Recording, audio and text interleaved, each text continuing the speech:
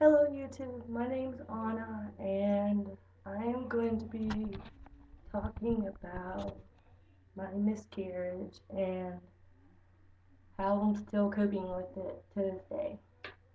I found out I was pregnant in February, I think a little bit after Valentine's Day because I was feeling really sick and my breasts were hurting real bad and went to Target, bought me a little, simple little $9.99 pregnancy test.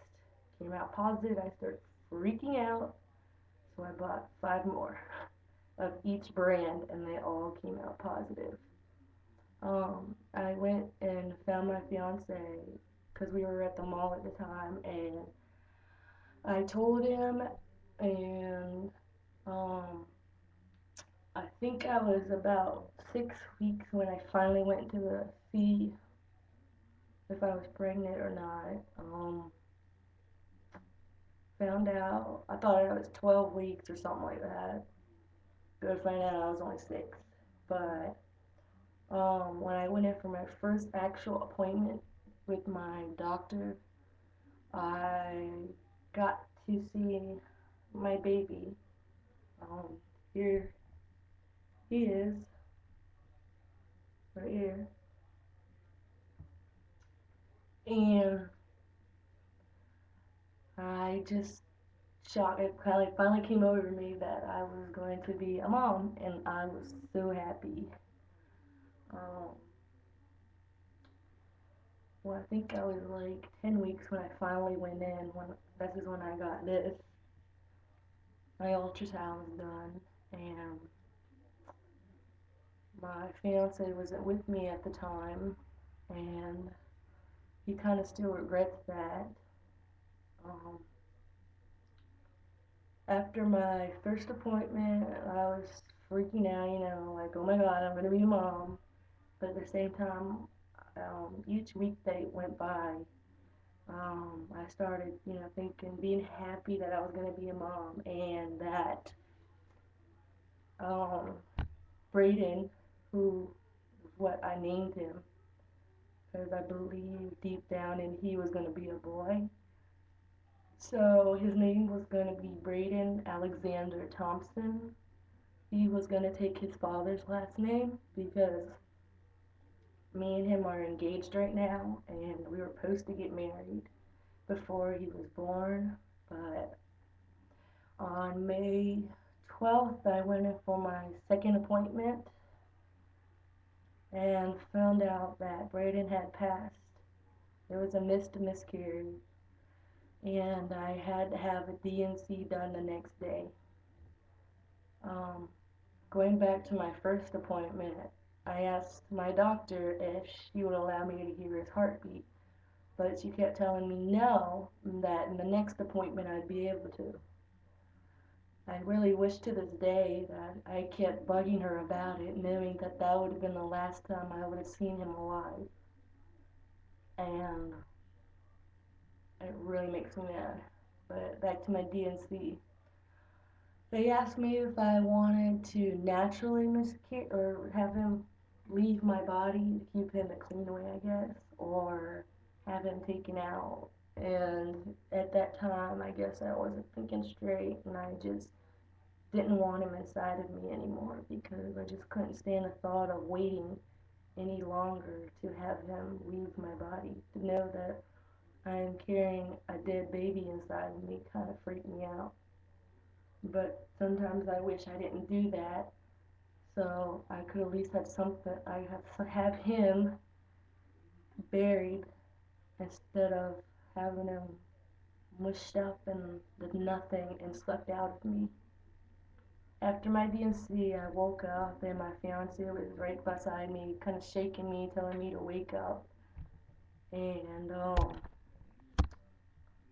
I was still groggy from everything. They told me to sign some papers so I could go home. Went home with some not antibiotics, with some painkillers and started taking them. The pain was unbearable for a week. I couldn't walk or nothing. Like there's like a sharp pain in my legs and my abdomen. Um, at first, I thought I maybe had a blood clot in my leg, so I went to the hospital. They did an ultrasound on my leg, found out there's nothing wrong. That probably the way they had me in the position, I guess, with my leg, like if you're getting a ultrasound done, kind of like that way. Not the way they had me, because I was like in there for like an hour or two. But finally, after a week, the pain left, and I was able to go back to doing my normal stuff. Um, After a little less than a month, I finally went to church and asked my pastor's wife if she could do a memorial service for Braden. Um, and after that, well, what I did the memorial service was she played a song for me that I chose to be played, which was by Sela, I Will Carry You. Um, I had some friends come, and afterwards they signed a little shell. I put Braden right in the middle of it, and everybody wrote little things like, we will miss you, Braden. You'll always be in my heart. My fiance put mommy and daddy loves you and misses you. And after that, I went home, cried, um, and just kind of sat there, happy that I was able to do a memorial service because he was my baby. He might have only been alive for 10 weeks, but he's still my child. And I wanted people to know that he was real. He actually had a heartbeat. He was moving. He was healthy. He wasn't just something. Um, After that, months and months went by. I still cried over him every night. My fiance was trying to be strong for me, so he didn't let his emotions show. He's making another video, well, his first video on a guy's point of view and how he's been able to handle the miscarriage. Um, so months went by and I still thought about him.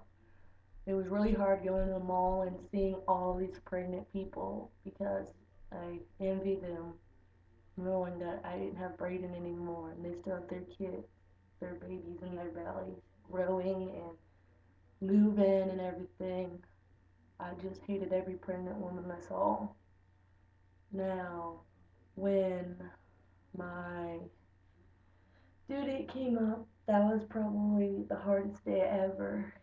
Braden would have been due November 22nd on 2011. Um, that day I cried and cried.